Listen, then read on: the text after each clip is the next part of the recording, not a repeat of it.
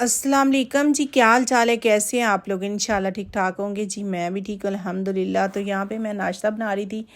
सुबह मैंने नमाज़ पढ़ी, कहवा पिया, फिर मैं जाके लेट गई 1 घंटे के लिए। फिर आई है काम वाली, तो यहाँ पे फिर मुझे भूख लगी हुई थी, तो मैंने कहा चले नाश्ता बनाती हूँ तो साथ में काम करवाती हूँ।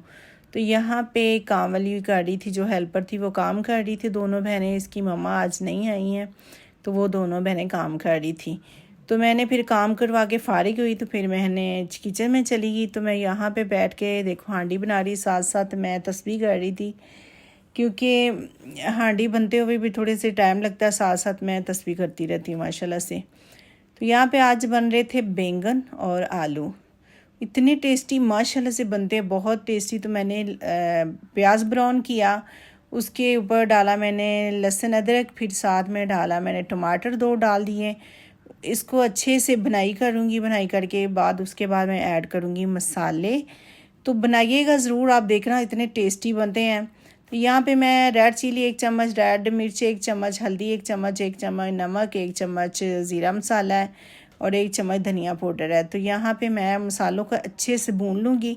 जब मसाले अच्छे से भून जाएंगे, फिर इसमें ऐड कर देंगे जो कट के रखे हुए हैं बैंगन और आलू। तो यहाँ पे थोड़ी सी मैं मेथी ऐड करूँगी, मेथी की खुशबू से इतना मज़े का सालन लगता है माशाल्लाह से।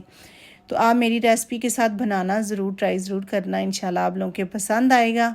जो बैंगन नहीं भी खाता वो भी इंशाल्लाह खाएगा। तो यहाँ पे मैं ऐड करूँगी इसमें बैंगन, जैसे ही मैंने बैंगन कट किए हैं लंबे, वैसे ही मैंने आलू कट किए हैं। ये शेप बहुत अच्छी लगती है बैंगनों की और आलू की।